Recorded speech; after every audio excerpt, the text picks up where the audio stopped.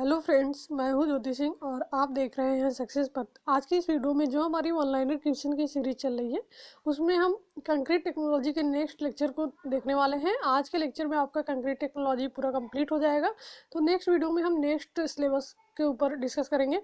तो चलिए हम स्टार्ट करते हैं। कंक्रीट टेक्नोलॉजी का नेक्स्ट जो हमारा लेक्चर है, आज हम दो चैप्टर के क्वेश्चन को यहाँ पर कवर करेंगे। एक तो आपका एडमिक्सचर, एक हमारा मिक्स प्रोपोर्शन है।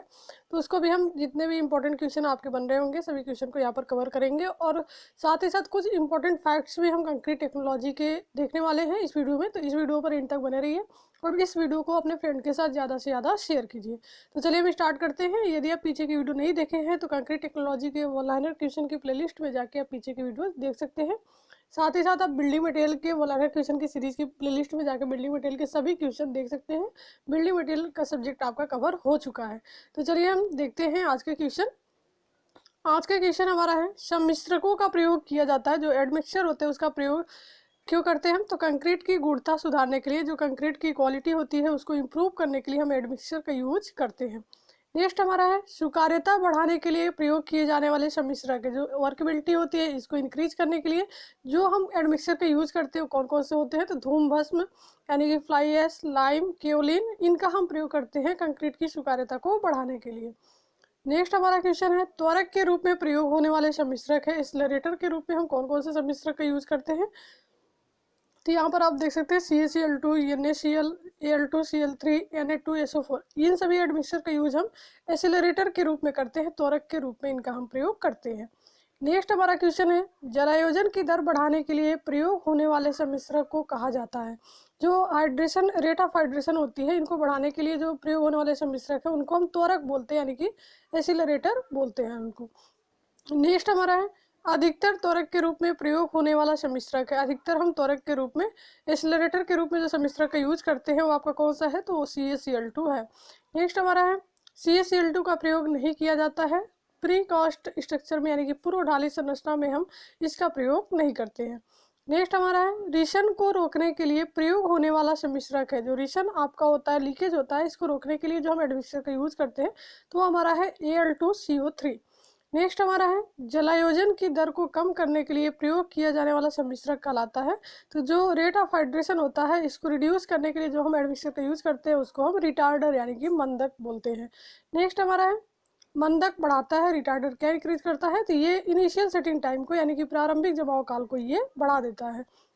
नेक्स्ट हमारा क्वेश्चन है, मंदक के रूप में प्रयोग होने वाले सम्मिश्रक हैं। तो मंदक के रूप में जो आपका रिटार्डर होता है उसके रूप में हम कौन सा सम्मिश्रक प्रयोग करते हैं? तो इसमें जिप्सम, चीनी, स्टार्च, NH4Cl इत्यादि ये सभी एडमिक्सचर का हम यूज करते हैं रिटार्डर के रूप में।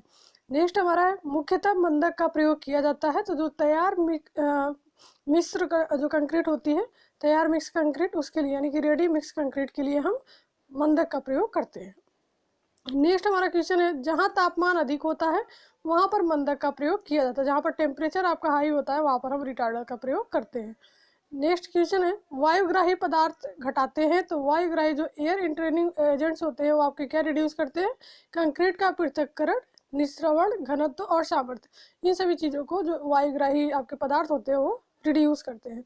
नेक्स्ट हमारा है, वायुग्राही पदार्थ बढ़ाते हैं। तो कंक्रीट की अपारगम्यता, जो इम्परमेबिलिटी होती है कंक्रीट की, इसको ये एयर इंट्रेनिंग जो एजेंट्स होते हैं ये बढ़ाते हैं। नेक्स्ट हमारा है, वायुग्राही पदार्थ के रूप में प्रयोग किए जाने वाले सम्मिश्रक है। तो रेजिन, टालोस, साबुन और स्टेरिक अम्ल, ये आपके एडमिक्सचर वायुग्राही पदार्थ के रूप में प्रयोग किए जाते हैं।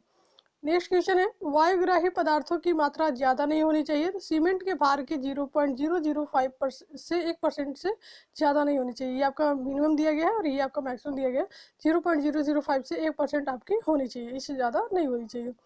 तो यदि आपको वीडियो पसंद आ रही है तो वीडियो को लाइक करें, अपने फ्रेंड के साथ शेयर करें। वीडियो आपके लिए कितनी हेल्पफुल है कमेंट बॉक्स में कमेंट करके जरूर बताएं। यदि आप लाइक और कमेंट करते हैं तो उससे हमें नेक्स्ट वीडियो बनाने के लिए मोटिवेशन मिलता रहता है।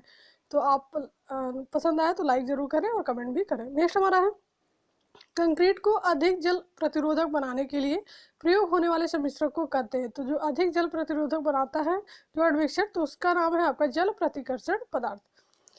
नेक्स्ट हमारा है, कुछ जल प्रतिकर्षण पदार्थों के नाम है इम्प्रोमो, एकोप्रूफ इत्यादि, ये आपके जल प्रतिकर्षण पदार्थ है, इनका नाम है। नेक्स्ट हमारा है, जल प्रतिकर्षण पदार्थ के रूप में प्रयोग होने वाले सम्मिश्रक है, तो इसके रूप में हम टाक, सोडियम सिलिकेट, जिंक सल्फेट इत्यादि का हम प्रयोग करते हैं एडमिक्सर के रूप में।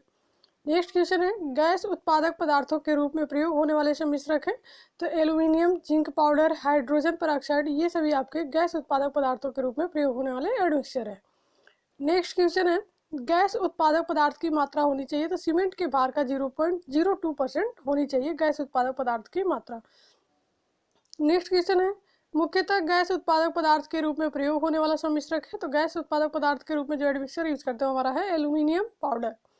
नेक्स्ट क्वेश्चन है, गैस उत्पादक पदार्थ का प्रयोग किया जाता है, तो वायुग्राही पदार्थ के एयर इंटेनिंग एजेंट के रूप में हम गैस उत्पादक पदार्थ का प्रयोग करते हैं। नेक्स्ट क्वेश्चन है, गैस उत्पादक पदार्थ बढ़ाते हैं, तो वर्केबिलिटी ऑफ कंक्रीट यानी कि कंक्रीट की स्वीकार्यता को ये बढ़ाते हैं।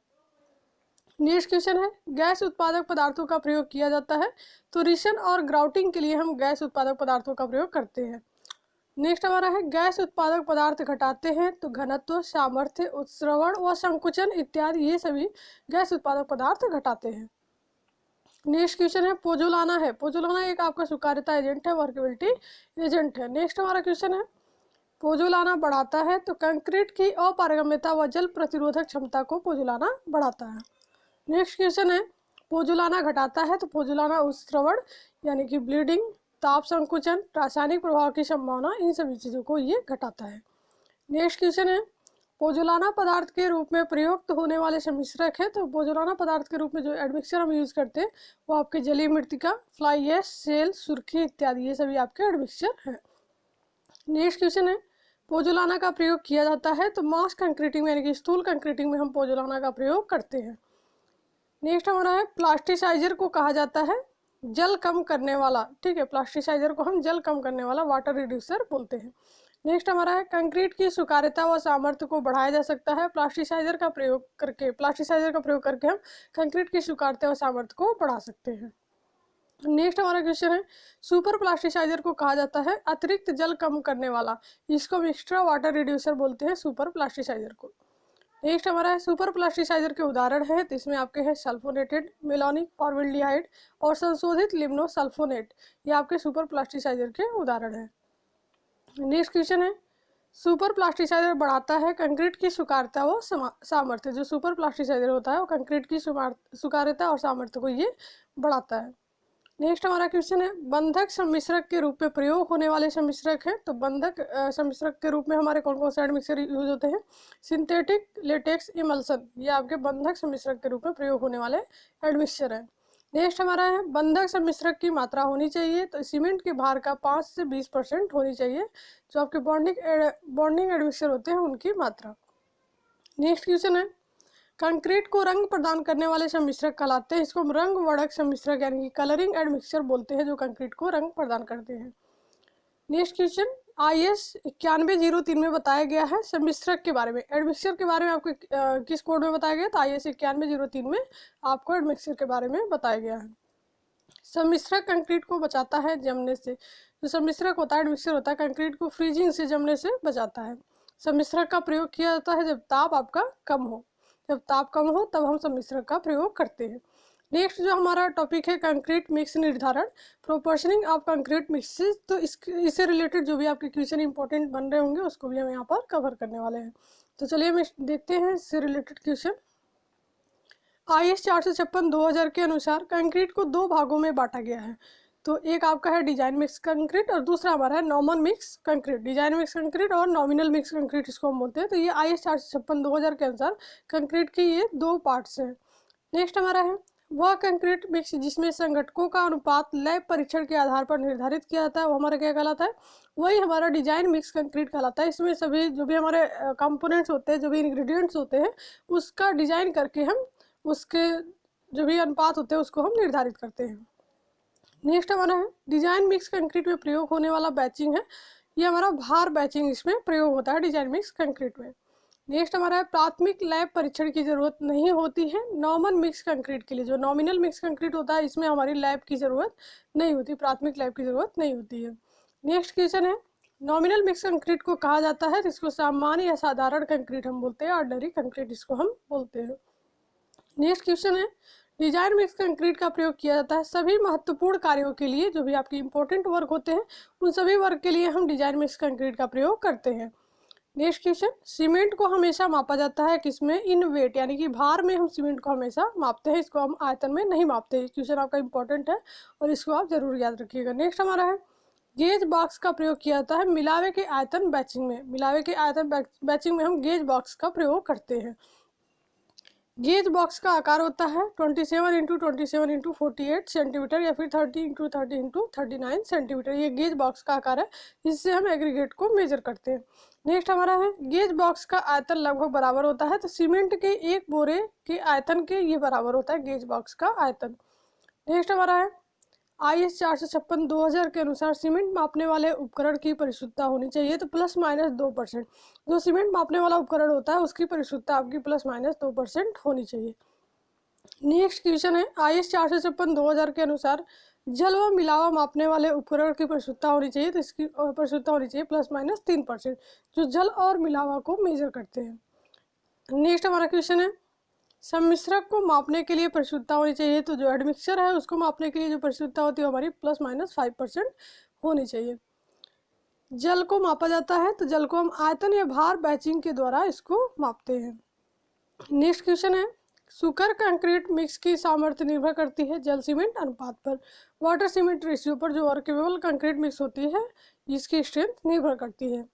नेक्स्ट क्वेश्चन है, कंक्रीट का मिश्रित डिजाइन चालित होता है, ये आपका IS 10/262 में इसके बारे में बताया गया है। नेक्स्ट हमारा है, कंक्रीट की सामर्थ्य और गुणवत्ता निर्भर करती है मिलावे के वर्गीकरण पर, मिलावे के पृष्ठ क्षेत्रफल पर और मिलावे के पृष्ठ गठन पर। इन सभी चीज़ों पर कंक्रीट की सामर्थ्य और इनकी जो क्वालिटी होती है वो निर्भर करती है। नेक्स्ट हमारा क्वेश्चन है, विदारण मापांक ज्ञात करने के लिए परीक्षण घन की माप होती है, तो जो मॉड्यूलस ऑफ रप्चर होता है उसको ज्ञात करने के लिए जो साइज ऑफ टेस्ट स्पेसिमेन यानी कि क्यूब की साइज क्या होनी चाहिए, तो 150x150x700 mm होनी चाहिए। नेक्स्ट हमारा क्वेश्चन है, कंक्रीट मिक्स को प्रभावित करने वाले कारक हैं। कंक्रीट मिक्स को प्रभावित करने वाले कौन कौन से कारक हैं, तो सूक्ष्मता मापांक, जल सीमेंट अनुपात और अवपात यानी कि स्लम। ये आपके कंक्रीट मिक्स को प्रभावित करने वाले कारक यानी कि फैक्टर्स हैं। नेक्स्ट हमारा क्वेश्चन है, प्रारंभिक परीक्षण किया जाता है प्रयोगशाला में। जो प्रारंभिक हम परीक्षण करते हैं वो हमारा प्रयोगशाला में किया जाता है। M5 और M7.5 कंक्रीट उपलब्ध है लेकिन IS कोड में परिभाषित नहीं है। M5 और M7.5 कंक्रीट जो आपकी उपलब्ध तो है लेकिन IS कोड में ये परिभाषित नहीं है। नेक्स्ट क्वेश्चन है, IS 456/2000 के अनुसार प्रबलित सीमेंट कंक्रीट कार्यों के लिए प्रयोग की जाने वाली न्यूनतम ग्रेड की कंक्रीट है। जो RCC वर्क हम करते हैं उसमें प्रयोग की जाने वाली जो मिनिमम ग्रेड की कंक्रीट है वो कौन सी है? M20 से मिनिमम ग्रेड की कंक्रीट हम RCC वर्क में यूज नहीं करते। ये आपकी मिनिमम ग्रेड की कंक्रीट है RCC वर्क के लिए। नेक्स्ट क्वेश्चन है, IS 456/1978 के अनुसार प्रबलित सीमेंट कंक्रीट कार्यों के लिए प्रयोग की जाने वाली न्यूनतम ग्रेड की कंक्रीट है, तो M15। ये आपकी IS 456/1978 के अनुसार M15 है और 456/2000 के अनुसार आपका M20 है। नेक्स्ट हमारा है, सादा सीमेंट कंक्रीट के लिए प्रयोग की जाने वाली न्यूनतम ग्रेड की कंक्रीट है। जो प्लेन आपकी सीमेंट कंक्रीट होती है उसके लिए M15 ग्रेड की कंक्रीट हम यूज करते हैं। नेक्स्ट क्वेश्चन, साधारण कंक्रीट के लिए मिक्स की विधि प्रयोग की जाती है। स्वैच्छिक आयतनिक विधि हम प्रयोग करते हैं साधारण कंक्रीट के लिए। नेक्स्ट क्वेश्चन है, सघन कंक्रीट के लिए कंक्रीट मिक्स की विधि प्रयोग की जाती है, तो न्यूनतम रंध्र वाली विधि हम प्रयोग करते हैं सघन कंक्रीट के लिए। नेक्स्ट हमारा है, फुलर का सूत्र है। फुलर का सूत्र क्या है? P = small d/D power 1/2 × 100। इसमें आपका D क्या है? Small d maximum size of fine aggregate है, कैपिटल D आपका maximum size of coarse aggregate है और P आपका percentage of ingredient finer than D। Next हमारा है, डिजाइन मिक्स कंक्रीट के लिए संघनन किया जाता है। जो कंपैक्शन हम करते हैं किसके द्वारा? तो वाइब्रेटर के द्वारा हम करते हैं, कंपक के द्वारा करते हैं। नेक्स्ट हमारा है, 1 साल बाद कंक्रीट का सामर्थ्य होता है। 28 दिन बाद कंक्रीट की सामर्थ्य 1.15 से 1.20 होती है। नेक्स्ट हमारा है, 7 दिन बाद कंक्रीट की सामर्थ्य बराबर होती है, तो 7 दिन बाद आपकी 0.66 × 28 दिन बाद कंक्रीट की सामर्थ्य की ये बराबर होती है। जो 28 दिन के बाद कंक्रीट की सामर्थ्य होती है इसमें अगर हम 0.66 का मल्टीप्लाई कर दें तो ये 7 दिन बाद कंक्रीट की सामर्थ्य के बराबर होती है। नेक्स्ट हमारा है, कंक्रीट मिलाने से पहले मिक्सचर के ड्रम में सीमेंट पेस्ट का आवरण करने की क्रिया को क्या कहते हैं? इसको हम बटरिंग बोलते हैं। कंक्रीट मिलाने से पहले जो मिक्सर होता है उसके ड्रम में हम सीमेंट पेस्ट का आवरण की क्रिया करते हैं तो उसको हम बटरिंग बोलते हैं। नेक्स्ट हमारा है BIS के अनुसार डिजाइन मिक्स के ग्रेड की संख्या है। डिजाइन मिक्स के ग्रेड की संख्या आपकी क्या है? 15 है। नेक्स्ट हमारा है पूर्व निर्मित संरचना के लिए प्रयोग होने वाला परीक्षण है। तो पूर्व निर्मित संरचना के लिए जो प्रयोग होने वाला परीक्षण है उसको हम कोर परीक्षण यानी कि कोर टेस्ट बोलते हैं। नेक्स्ट हमारा है साधारण कंक्रीट के लिए प्रयोग होने वाला न्यूनतम ग्रेड है तो M10। साधारण कंक्रीट के लिए प्रयोग होने वाला न्यूनतम ग्रेड आपका M10 है।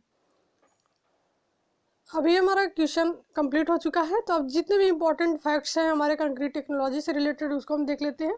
तो यहाँ पर इस लेक्चर में आपकी कंक्रीट टेक्नोलॉजी की जो सीरीज है वो कंप्लीट हो जाएगी। उसके बाद हम नेक्स्ट जो आपका सब्जेक्ट होगा उसके ऊपर उसकी सीरीज हम कंप्लीट करेंगे। तो चलिए देखते हैं। यहाँ पर आपका पहला फैक्ट है, यहाँ पर दिया गया टाइप्स ऑफ कंक्रीट और वेट पर मीटर क्यूब। कंक्रीट कौन से टाइप की है और उसका वेट पर मीटर क्यूब क्या होता है, आपका इंपॉर्टेंट है और एग्जाम में पूछा जाता है। पहला आपका है एक्स्ट्रा लाइट वेट कंक्रीट। जो एक्स्ट्रा लाइट वेट कंक्रीट होती है उसका वेट होता है 500 kg पर मीटर क्यूब। जो आपका लाइट वेट कंक्रीट है उसका वेट है 1800 kg पर मीटर क्यूब। जो नॉर्मल वेट कंक्रीट है उसका आपका है 2400 kg पर मीटर क्यूब। और जो हैवी वेट कंक्रीट है उसका वेट है 3400 से 4000 kg पर मीटर क्यूब। तो ये आपके टाइप्स ऑफ कंक्रीट है और इनके वेट के बारे में बताया गया, इनका वेट पर मीटर क्यूब में कितना होता है।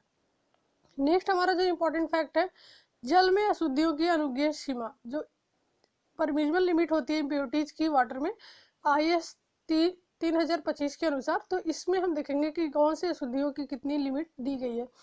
ऑर्गेनिक इसकी लिमिट है आपकी 200 mg पर लीटर। जो इनऑर्गेनिक है उसकी लिमिट है 3000। सस्पेंडेड सॉलिड की 2000 mg पर लीटर। सल्फाइड की 400 mg पर लीटर। क्लोराइड की फॉर RCC के लिए 500 mg पर लीटर और क्लोराइड की फॉर PCC के लिए प्लेन सीमेंट कंक्रीट और एनफोर्स सीमेंट कंक्रीट, ये आपका RCC और PCC होता है 2000 mg पर लीटर। तो ये जो जल में अशुद्धियाँ पाई जाती है उनकी ये लिमिट है, परमिजिबल लिमिट है, जितनी आपकी अनुज्ञेय सीमा ये आपकी अशुद्धियों की है। नेक्स्ट हमारा है permissible limit of some other impurities. जो आपकी अलग और भी इसके अलावा और भी जो इम्प्योरिटीज होती हैं, अशुद्धियाँ होती हैं, उनकी लिमिट कितनी है। तो शुगर की जो चीनी की मात्रा होती है वो आपकी 500 mg पर लीटर। NaOH यानी कि सोडियम हाइड्रोक्साइड की मात्रा 0.5% of weight of cement. Cement के भार के आपका 0.5% इनकी लिमिट होती है। नेक्स्ट हमारा है कैल्शियम क्लोराइड। तो इसकी मात्रा आपकी होती है 2% of weight of cement. Cement के भार का 2%। सोडियम सल्फाइड तो लेस देन 100 mg पर लीटर। कैल्शियम एंड मैग्नीशियम का आपका 1000 mg पर लीटर। नेक्स्ट हमारा है बाइकार्बोनेट ऑफ मैग्नीशियम। तो इसकी 400 mg पर लीटर। एसिड्स की 10,000 mg पर लीटर। और pH वैल्यू कितनी होनी चाहिए, जो भी हम वाटर यूज़ करते हैं कंक्रीट बनाने में तो उसमें जो pH वैल्यू होती है, पीने वाले जल का ही हम यूज़ करते हैं, लेकिन उनकी जो pH वैल्यू होती है 6 से आपकी कम नहीं होनी चाहिए, 6 से 8 के बीच में होनी चाहिए या फिर 6 से 8.5 के बीच में होनी चाहिए। नेक्स्ट हमारा जो इम्पोर्टेंट फैक्ट्स है, देखिए सबसे पहले साधारण बालू 4% से 5% जलांश पर अधिकतम फूलती है। ये परसेंटेज आप याद रखिएगा, क्वेश्चन इससे पूछा जाता है। तो 4% से 5% जलांश पर ही अधिकतम यानी कि मैक्सिमम इनकी बल्किंग होती है सैंड की, लगभग 15% से 30% तक। नेक्स्ट हमारा है लगभग 10 से 12% जलांश पर बालू पुनः अपनी वास्तविक आयतन प्राप्त कर लेती है। 4 से 5% पर तो इनकी अधिकतम बल्किंग होती है, लेकिन 10 से 12% अगर जलांश है तो आपका क्या है, ये जो सैंड है अपने पुराने आयतन को यानी कि वास्तविक आयतन को ये प्राप्त कर लेती है, उससे ज़्यादा इनकी बल्किंग नहीं होती है। नेक्स्ट हमारा है बालू की सूक्ष्मता बढ़ाने से बालू का फूलना बढ़ जाता है। बालू जितना आपका फाइन होगा उसका बल्किंग उतना ही ज़्यादा होगा। नेक्स्ट हमारा है बालू की सूक्ष्मता मापांक बढ़ाने से बालू का फूलना कम हो जाता है। तो ये दोनों टर्म आपके इंपॉर्टेंट है। जब हम बालू की सूक्ष्मता यानी कि फाइनेस बढ़ाते हैं तो इनकी बल्किंग बढ़ती है, और जब बालू का सूक्ष्मता मापांक हम बढ़ाते हैं तो इनकी बल्किंग आपकी कम होती है, बालू का फूलना कम होता है। नेक्स्ट आपका दिया गया है एंगुलर एग्रीगेट और राउंडेड एग्रीगेट, इनके शेप के आधार पर दिया गया है, और इसमें वाइड्स किसमें कितनी होती है उसके बारे में यहाँ पर बताया गया है। वाइड्स आपकी इसमें 38 से 45%, 32 से 33% राउंडेड में। फिर आपका सरफेस एरिया मैक्सिमम होता है एंगुलर में और मिनिमम होता है राउंडेड में। सरफेस टेक्सचर आपका रफ होता है एंगुलर में, स्मूथ होता है राउंडेड में। इंटरलॉकिंग आपकी बेटर होती है एंगुलर में और नॉट गुड यानी कि अच्छी नहीं होती है राउंडेड में। कॉन्टैक्ट सरफेस आपका मैक्सिमम होता है एंगुलर में और मिनिमम होता है राउंडेड में। इसी प्रकार से आपका वर्केबिलिटी आपकी अच्छी नहीं होती है एंगुलर की, और राउंडेड की आपकी अच्छी होती है। स्ट्रेंथ आपका अच्छा होता है और जो आपके राउंडेड होती है उसकी अच्छी नहीं होती स्ट्रेंथ। नेक्स्ट हमारा है विभिन्न प्रकार के मिलावे का सूक्ष्मता गुणांक। ये आपका मोस्ट इंपॉर्टेंट टर्म है, इसको आप जरूर नोट कर लीजिएगा। जो फाइनेंस मॉडुलस दिया गया और एग्रीगेट के टाइप्स दिए गए हैं। जो कोर्स एग्रीगेट है उसका फाइनेंस मॉडुलस आपका होता है 6 to 8.5। जो ऑल इन वन एग्रीगेट होता है उसका फाइनेंस मॉडुलस आपका होता है 3.5 से 6। फाइन एग्रीगेट का आपका 2 से 3.5, फाइन सैंड का 2.2 से 2.6, मीडियम सैंड का 2.6 से 2.9 और कोर्स सैंड का 2.9 से 3.2। और एक पॉइंट और भी याद रखेंगे यहाँ पर कि जो भी आपके जैसे वाले एग्रीगेट है या सैंड है, अगर फाइन है, ठीक है, कोर्स होगा तो जैसे जैसे उनकी ये आपका कोर्स होगा तो आपका जो फाइनेंस मॉडुलस हो वो आपका अधिक होगा, अगर फाइन होगा तो कम होगा। तो जो कम आपका फाइनेंस मॉडुलस होता है वो इनकी महीनता को प्रदर्शित करता है, फाइनेंस को प्रदर्शित करता है। नेक्स्ट हमारा है माप के अनुसार पत्थर की रोड़ी का प्रयोग। जो इनका माप दिया गया साइज के अनुसार हम किसका कहाँ पर यूज करते हैं। तो अगर साइज ऑफ स्टोन बैलास्ट और यूज दिया गया है, ये भी आपका मोस्ट इंपॉर्टेंट है। तो 65 mm अगर साइज है स्टोन बैलास्ट की तो उसका यूज हम मास कंक्रीटिंग में करते हैं। नेक्स्ट हमारा 40 mm अगर साइज का स्टोन है तो उसका प्रयोग हम foundation, floor and road work में करते हैं। 20 mm अगर साइज है तो उसका यूज हम सीमेंट कंक्रीट या slab of reinforce cement concrete या फिर लिंटल, स्लैब, कॉलम, इन सभी जगहों पे हम 20 mm माप की कंक्रीट का यूज करते हैं। 12 mm की कंक्रीट का हम यूज आरसीसी स्लैब में करते हैं। तो ये आपका मोस्ट इंपॉर्टेंट है, स्टोन की साइज क्या होगी तो हम कहाँ पर इसको यूज करेंगे। नेक्स्ट हमारा है air wides present in concrete और स्ट्रेंथ डिक्रीज, यानी कि कितने एयर वाइड्स अगर कंक्रीट में होंगे तो कितनी स्ट्रेंथ आपकी डिक्रीज होगी, कम होगी। तो अगर 1% एयर वाइड्स है आपका कंक्रीट में तो आपका 5% तक स्ट्रेंथ कम हो जाएगा। 5% है तो 30% तक कम हो जाएगा और 10% है तो 50% तक स्ट्रेंथ आपकी कंक्रीट की कम हो जाएगी। नेक्स्ट हमारा है ग्रुप, ग्रेड और कैरेक्टरिस्टिक स्ट्रेंथ आप दिया गया है 150 mm क्यूब पर आफ्टर 28 डेज, 28 दिन की तराई के बाद न्यूटन पर mm स्क्वायर में यहाँ पर आपका दिया गया है कंप्रेसिव स्ट्रेंथ, ग्रुप दिया गया और ग्रेड दिया गया। तो ये भी आपका मोस्ट इंपॉर्टेंट है। जैसे आपके 3 प्रकार के ग्रेड ग्रुप होते हैं यहाँ पर। ग्रेड तो M10 से आपके M18 तक 80 तक होते हैं कंक्रीट के, लेकिन जो ग्रुप है 3 ग्रुप होता है। एक तो आपका ऑर्डिनरी कंक्रीट, सामान्य कंक्रीट, दूसरा आपका होता है स्टैंडर्ड कंक्रीट और तीसरा आपका होता है उच्च सामर्थ्य कंक्रीट। तो ये भी आपका मोस्ट इंपॉर्टेंट है। 3 प्रकार के ग्रुप हैं और उस ग्रुप में कौन से ग्रेड तक की कंक्रीट किस ग्रुप में आती है तो ये जानना हमारे लिए जरूरी है। तो सामान्य जो कंक्रीट होता है M10 से M20 तक की जो कंक्रीट, M5 और M7.5 भी होती है, लेकिन वो बहुत ही मतलब अच्छे कार्यों के लिए यूज नहीं होती है। M10 के बाद की कंक्रीट का हम यूज करते हैं ज़्यादातर।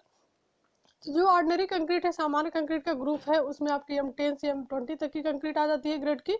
और इनकी जो संपीड़न सामर्थ्य होगी, जो M के साथ जो वैल्यू लिखी हुई है आपकी न्यूमेरिकल वैल्यू, वही इनके 28 दिन के बाद न्यूटन पर mm स्क्वायर या MPa में इनकी संपीड़न सामर्थ्य होती है। तो M10 की आपकी संपीड़न सामर्थ्य 10 होगी, 10 न्यूटन पर mm स्क्वायर। 15 की आपकी 15 न्यूटन पर mm स्क्वायर। 20 की आपकी 20 न्यूटन पर mm स्क्वायर। इसी प्रकार से सबकी है।